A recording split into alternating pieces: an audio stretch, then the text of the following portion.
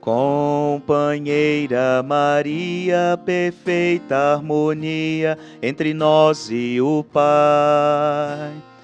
Modelo dos consagrados, nosso sim ao chamado do Senhor confirmai.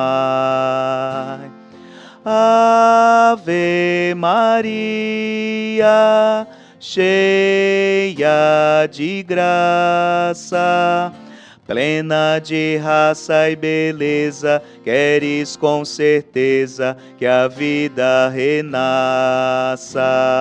Santa Maria, Mãe do Senhor, que se fez pão para todos, criou o mundo novo só por amor. Intercessora Maria, perfeita harmonia entre nós e o Pai. Justiça dos explorados, combate o pecado, torna os homens iguais.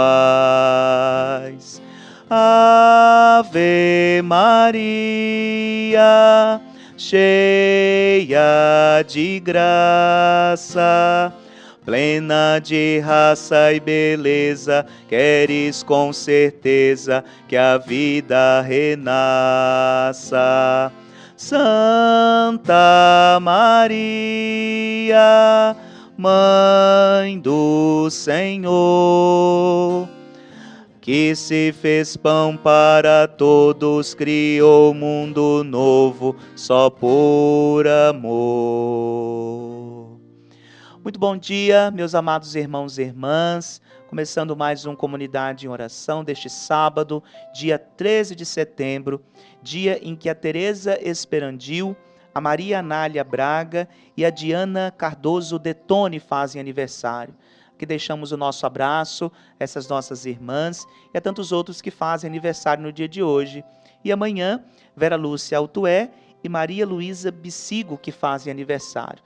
Fica aqui o nosso abraço, o nosso carinho a cada um de vocês e, sobretudo, também pedindo ao Senhor muita saúde, né? Que é o que mais importa para que nós possamos seguir a nossa caminhada, rendendo graças, dando louvores a Deus no nosso discipulado. E hoje a igreja faz memória de São João Crisóstomo, bispo e doutor da igreja. João nasceu por volta de 348 em Antioquia, na Síria, Ásia Menor, procedente de família muito rica, considerada pela sociedade e pelo Estado. Seu pai era comandante de tropas imperiais no Oriente, um cargo que cedo causou sua morte.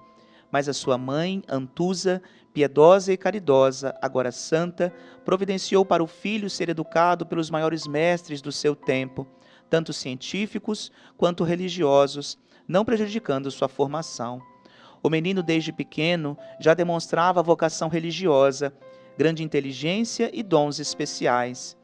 Só não se tornou eremita no deserto por insistência da mãe, mas depois que ela morreu, já conhecido pela sabedoria, prudência e pela oratória eloquente, foi viver na companhia de um monge no deserto durante 4 anos.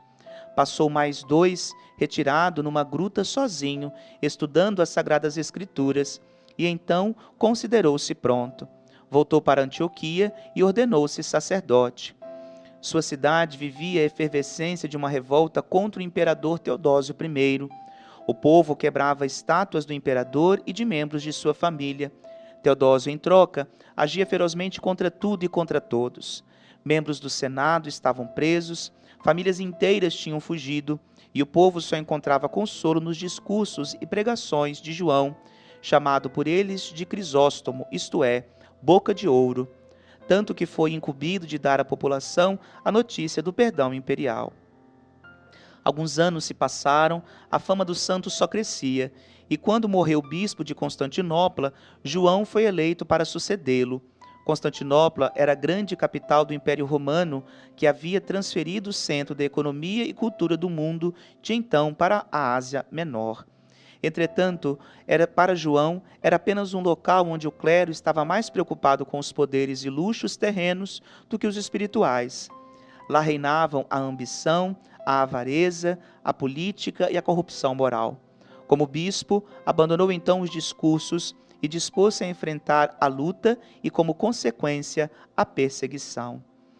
Arrumou inimigos tanto entre o clero quanto na corte. Todos liderados pela imperatriz Eudóxia, conseguiram tirar João Crisóstomo do cargo, que foi condenado ao exílio. Mas esta expulsão da cidade provocou revolta tão intensa na população que o bispo foi trazido de volta para reassumir seu cargo. Entretanto, 2 meses depois, foi exilado pela segunda vez. Agora, já com a saúde muito debilitada, ele não resistiu e morreu. Era 14 de setembro de 407. Sua honra só foi limpa quando morreu a família imperial e voltou a paz entre o clero na igreja. O Papa ordenou o restabelecimento de sua memória. O corpo de João Crisóstomo foi trazido de volta a Constantinopla em 438, num longo cortejo em procissão solene.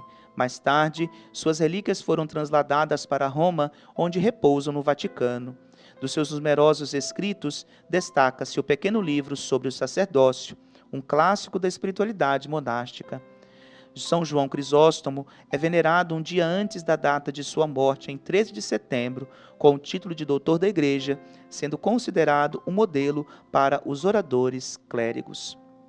Então nós queremos rezar, pedindo ao Senhor por intercessão de São João Crisóstomo, que nós possamos ser homens e mulheres, a partir da palavra, lutadores por uma igualdade, sobretudo pela simplicidade a qual nós somos chamados a vivenciar pelo reino de Deus. E a nossa reflexão no dia de hoje se encontra em Lucas capítulo 6, versículos de 43 a 49. O Senhor esteja convosco, Ele está no meio de nós. Proclamação do Evangelho de Jesus Cristo segundo Lucas. Glória a vós, Senhor. Naquele tempo, disse Jesus aos seus discípulos: não existe árvore boa que dê frutos ruins, nem árvore ruim que dê frutos bons. Toda árvore é reconhecida pelos seus frutos. Não se colhem figos de espinheiros, nem uvas de plantas espinhosas. O homem bom tira coisas boas do bom tesouro do seu coração, mas o homem mau tira coisas más do seu mau tesouro, pois sua boca fala do que o coração está cheio. Por que me chamais, Senhor, Senhor, mas não fazeis o que eu digo?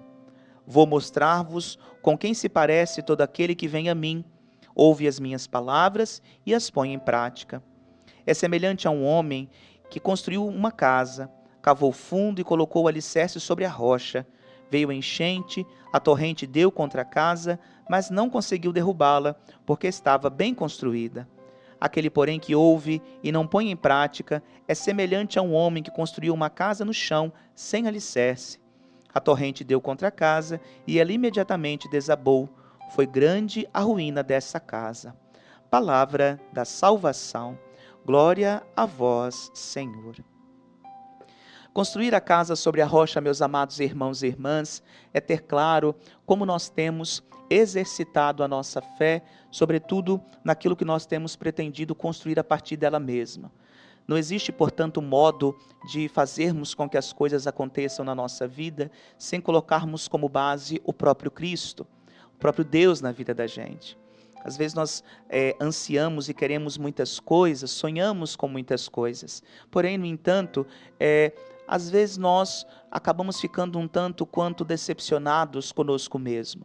Porque todos os intentos, todos os projetos que nós fazemos, se nós não colocamos primeiro Deus, Sua palavra, o modo como que Ele fala ao coração nosso, é impossível que isso prospere. E veja bem, o que nós temos guardado no coração da gente? O que nós temos lutado para poder fazer de fato do nosso coração um lugar de bons sentimentos? O coração não foi feito para poder guardar coisas ruins.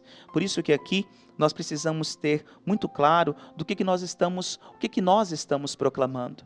Num mundo de tantas tragédias, de tantas dificuldades, num mundo que por vezes pesa a caminhada dos nossos irmãos e irmãs, nós somos chamados a sermos anunciadores de coisas boas.